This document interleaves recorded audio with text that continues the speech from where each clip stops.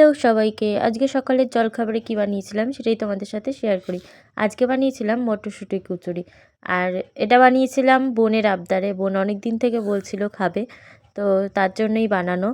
প্রথমে কাঁচা মটরশুঁটিগুলোকে পেস্ট করে নিয়েছি, তার মধ্যে একটু আদা কুচি আর একটা লঙ্কা দিয়েছি।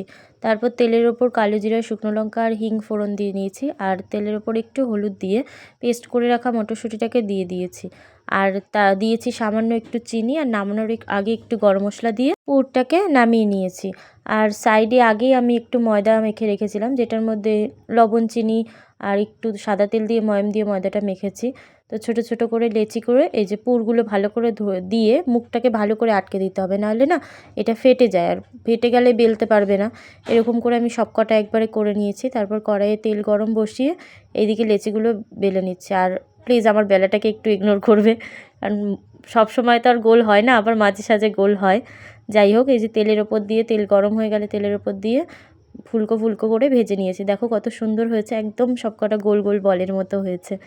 তো এই কচুরিটা শুধুও খাওয়া যায়, কিন্তু বোন যেহেতু শুধু খাবে না, তো পাশে রেখেছিলাম একটু কষা কষা করে আলুর দম। তো আলুগুলোকে একটু ডুম ডুম সাইজের কেটে নিয়ে তেলের ওপর জিরা ফোড়ন দিয়ে আলুগুলোকে দিয়ে দিয়েছি, আর দিয়েছি কাঁচা লঙ্কা চিড়ে দিয়েছি, একদম হালকা পাতলাভাবে করেছিলাম। পেঁয়াজ রসুন মশলা বাটা দিয়েছি, যা যা আর কি দেয় সব রকম মশলা বাটা দিয়ে আলুটাকে ভালো করে কষিয়ে নিয়েছি। এই ব্রেকফাস্টটাই যদি এরকম সুন্দর লুচি আর আলুর দম দিয়ে শুরু হয়, সারাদিনটা কেমন যাবে সেটা তো বুঝতেই পারছো।